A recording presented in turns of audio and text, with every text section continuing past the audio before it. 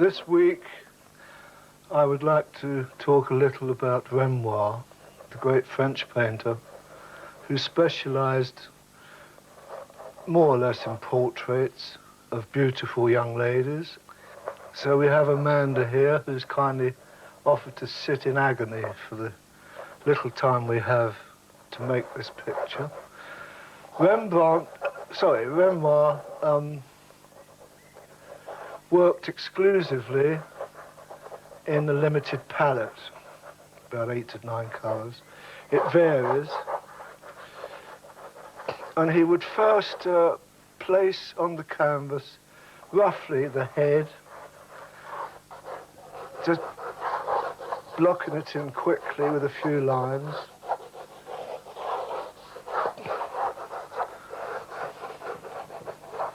Roughing it out. This is called roughing it out.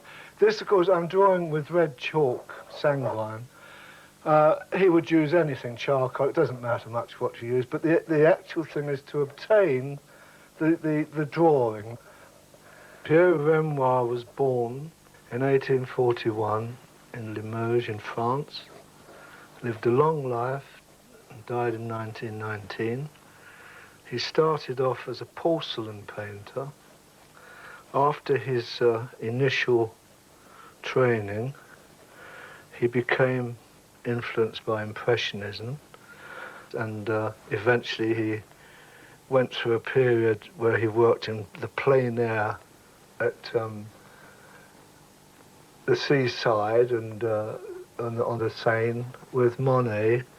Well, they were very poor at this period. They were both young men, about 23. And they worked painting pot boilers, and indeed they did what I term Sexton Blakes, both of them making paintings in the style of the Barbizon school and selling them and signing them. They're very naughty, but they needed the money. No one mattered. It didn't matter much in those days. And so he was influenced by pure Impressionism until he gradually worked away from this, because it is a relatively easy method of painting, relative to, of course, a so-called academic painting, which takes much more discipline. So he left the group in this sense and became a one-off chap. He just worked alone in a garden he rented, a little studio near Montmartre, and painted his delightful portraits, mainly of young girls, mainly of the working class, the Parisians, and eventually he found patronage amongst people like Madame Charpentier and her husband and a lot of the bourgeoisie of Paris, and soon he created in his own way a form of painting which will always be known through the history of art as delightful, charming, innocuous, beautiful, and has influenced many painters.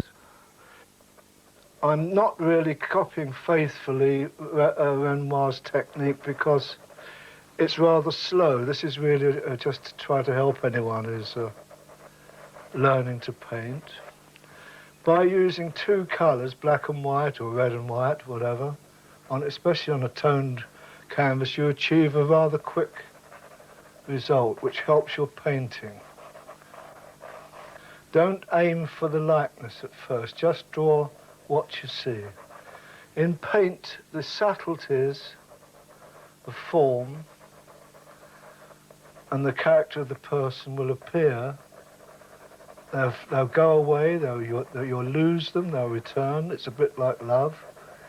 And this is the beauty of it. It's unlike photography, where you more or less get an immediate result. So just rough in, just loosely drawing. And when you've finally gone through the whole thing, then it's a good time to go on the paint broadly.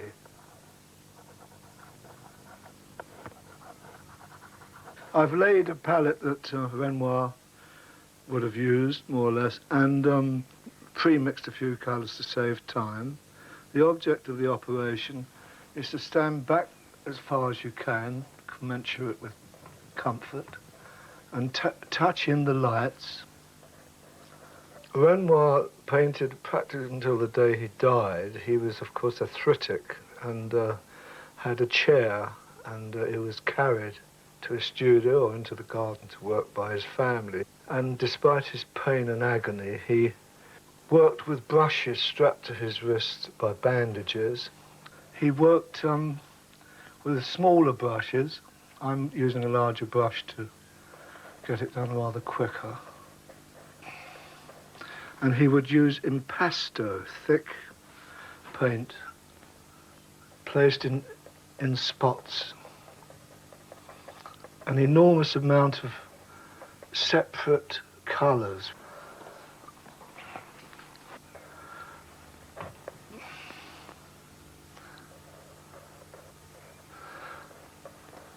Having achieved a certain form on the face, it's a good idea then to go into the background.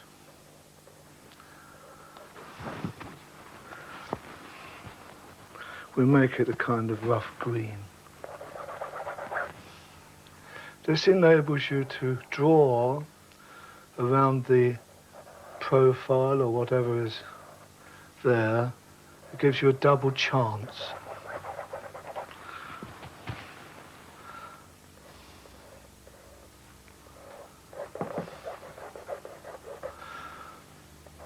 And you will see then the mistakes you've made, and you can adjust your forms according to how they go.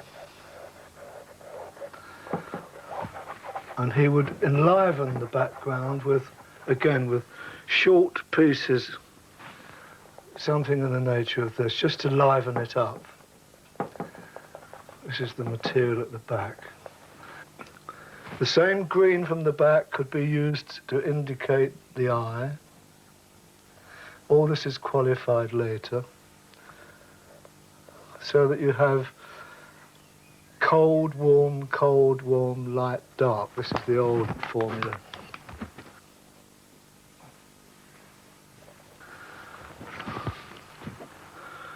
I'll make a few darkish marks.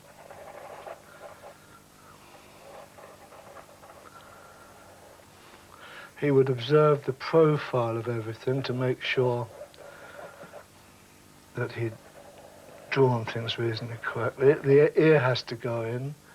The same colour under the neck will help you to realise the form and shadows.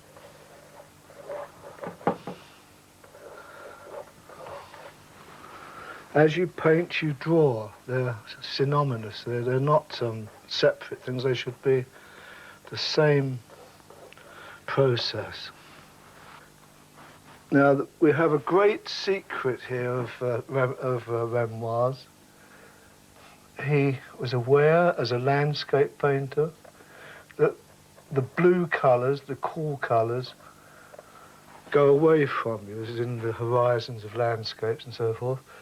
So the outer drawing lines, there were no lines in nature actually, but the outer drawing lines he drew in cobalt blue because it sends it away. And quite logically, those that are near you he made warm, except, as in all good draftsmen, where the bones meet. There's one there, there's the cheekbone, there's the nasal bone, all called off. One is a tonal thing, and the other is a perspective ploy.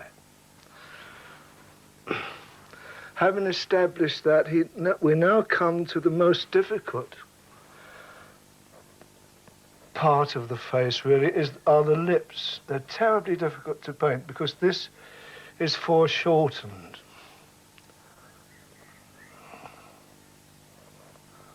You need a steady hand and much patience.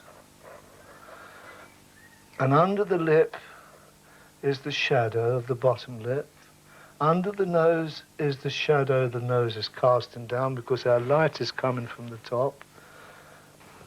Renoir actually painted quite often in the open air, plein air painting, figure painting, nudes and things. He had a garden, and it was secluded, not as I don't think the Parisians would have minded seeing a naked lady, but or gentleman, but he posed ladies and gentlemen in the garden. He was much inclined towards youth. He loved young girls, don't we all? And he managed somehow to imbue them with a special kind of French magic. And this is because, like all great artists, he emphasized salient features. This is one of them. Here you have the zygomatic, comes down, and this area here makes the lips protrude, the top lip. Then there's a sensuous bottom lip. And here, this little piece here, in little children, pre-puberty more or less, there's an area of flesh that has an extreme subtlety in it. You observe it in young children about 12, 10. And when this is painted in conjunction with the high cheekbone and the sensuous mouth, pouting in a way, it creates the Renoir-esque girl, plus the shape of the head and all the attendant dresses and so forth. His eyes also, of course, being the windows of the soul, are always emphasized in the matter of enlargement and intensity, and an emphasis placed on the blackening with mascara and so on, the lashes and surrounding areas. Now this young lady has auburn hair, so we use a sienna as a base, burnt sienna, and then when this is more or less roughed in, one picks the highlights out with the colour that you can see here. It's more or less yellow ochre. They vary. Whilst I'm on that red bit, we'll tint the edges a little bit with red. This is under the nose. This gives the flesh and the lip,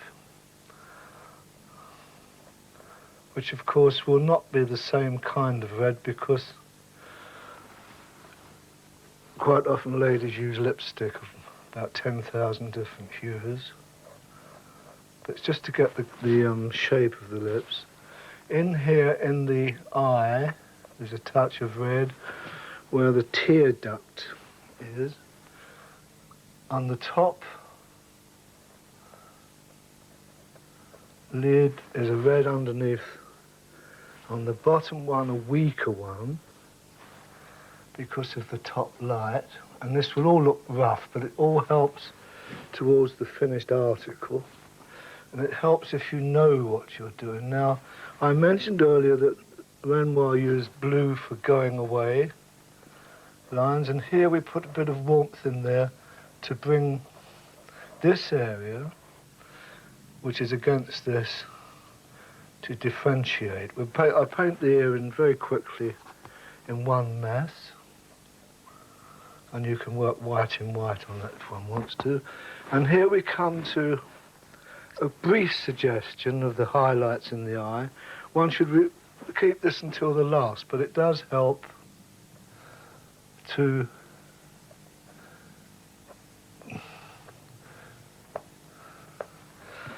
give them a bit of life at this stage, because all art, all painting is relative. And now you have a blocked-in head, very crudely, of course, but there you could take a little brush, smaller brush, and by pre-mixing the various colours you see, you can work in the style of the Impressionists by a few dabs of colour here and there, called touch painting. Renoir was what is termed working class, which means he had to work for a living. Of course, he was trained, as we know, as a porcelain painter, and of course this affected his method, technique. It's not an easy form. I don't find it an easy. I don't find any painting easy, but I certainly don't find his kind of painting easy, because it requires a lot of patience.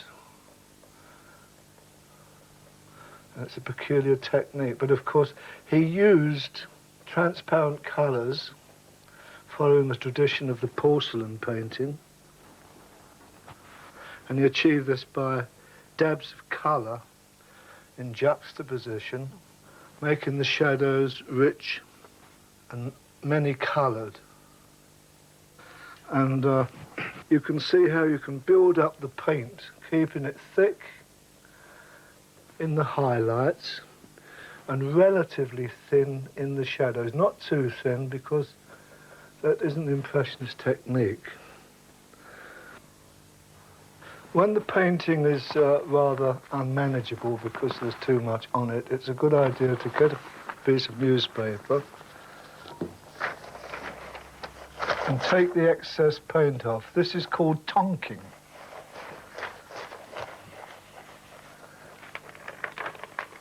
This will take the excess paint off. It's named after Professor Tonk. This gives you a chance to qualify again.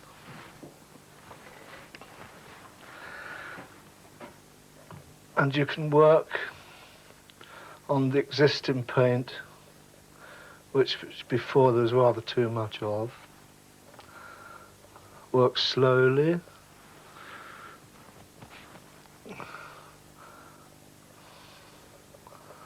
Little touches of pigment, blending them in. The old masters, of course, used badger blenders and softeners, but this type of painting requires a different approach. So they work from the light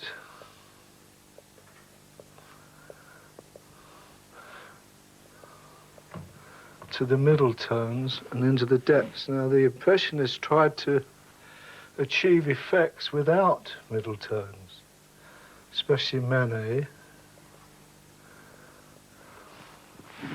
It's creating a relatively flat surface.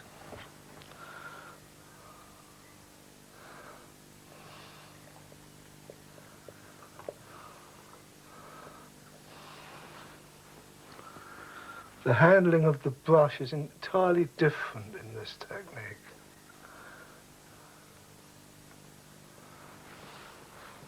One is almost stippling it on. Now, Renoir used squiggles. If you look into a Renoir, there are little tiny jabs of paint. It's almost intuitive. Very difficult to emulate, because I'm not Renoir. Now, in this state, it's possible to draw again your lines. So we go back to where we started from. These little touches of colour helping with the drawing and creating this peculiar technique of the Impressionists. I'm emphasising the blue drawing lines, but that is more or less how they would be. Then you qualify this yet again with yet more colour, using pure colours here and there. I'll put a bit in there, just to emphasise, and under there, and under there. All this is helping the painting to become formalised and alive. When you've used blue a lot, or better still, if you put a touch of red with the blue, make a mauve, they use purple a lot, you'll find that the painting will take on a completely different aspect and life. In the painting of hair, which of course Renoir was most interested in, one has to work in tones, the same as flesh, etc., but with a softness. No harsh lines. It should blend into the background. And at a certain stage in the painting, when it's more or less dried off a bit, soft sable brushes are often used to blend the colours in. There's a lot of rich colour in here, which needs glazes. Now, I've done a previous picture, which is a little more finished, and immediately you can see from the model there's an enormous amount of work to do on it, so we do a little more, and then leave it until another time, and obviously I can only do a little now. But the kind of thing you see with a fresh eye are the lights in the hair, for instance, require a little more work done.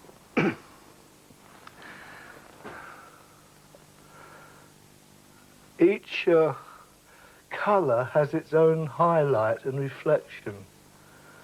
In the work of Sir Charles Locke Eastlake,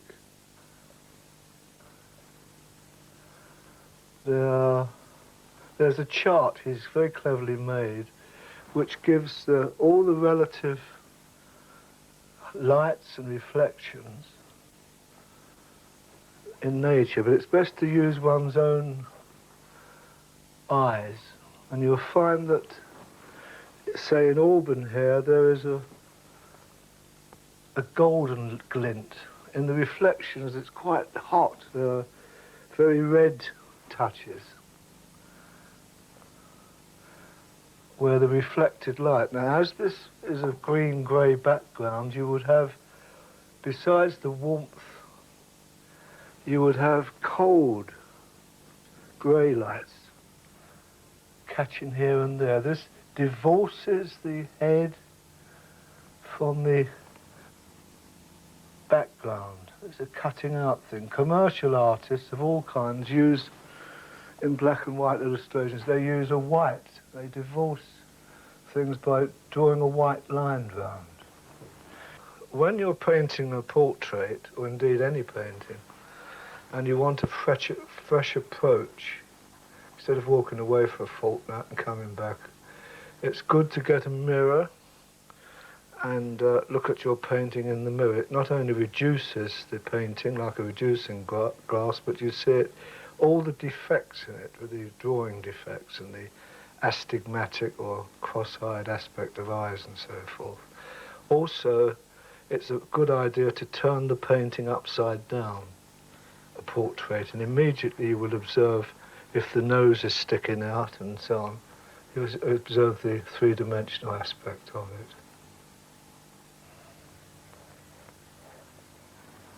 If you look closely into his impressionistic paintings, they're, to use a very strange expression, they're crude and yet they're subtle. They have this spontaneous touch, which only comes from years of experience and surety of expression. You observe the ladies today, they put blue around their eyes like the ancient Egyptians to create mystery. There'll be a bit in the hair in places and so forth. And at about this stage, obviously I could go on this for another day or so, this is about all one can achieve at this stage, and one needs time and patience and to allow the picture to dry off and then give it a lovely coat of intermediate varnish, and on a happy day start again, fresh, thinking of Renoir. Thank you very much. Thank you, Amanda.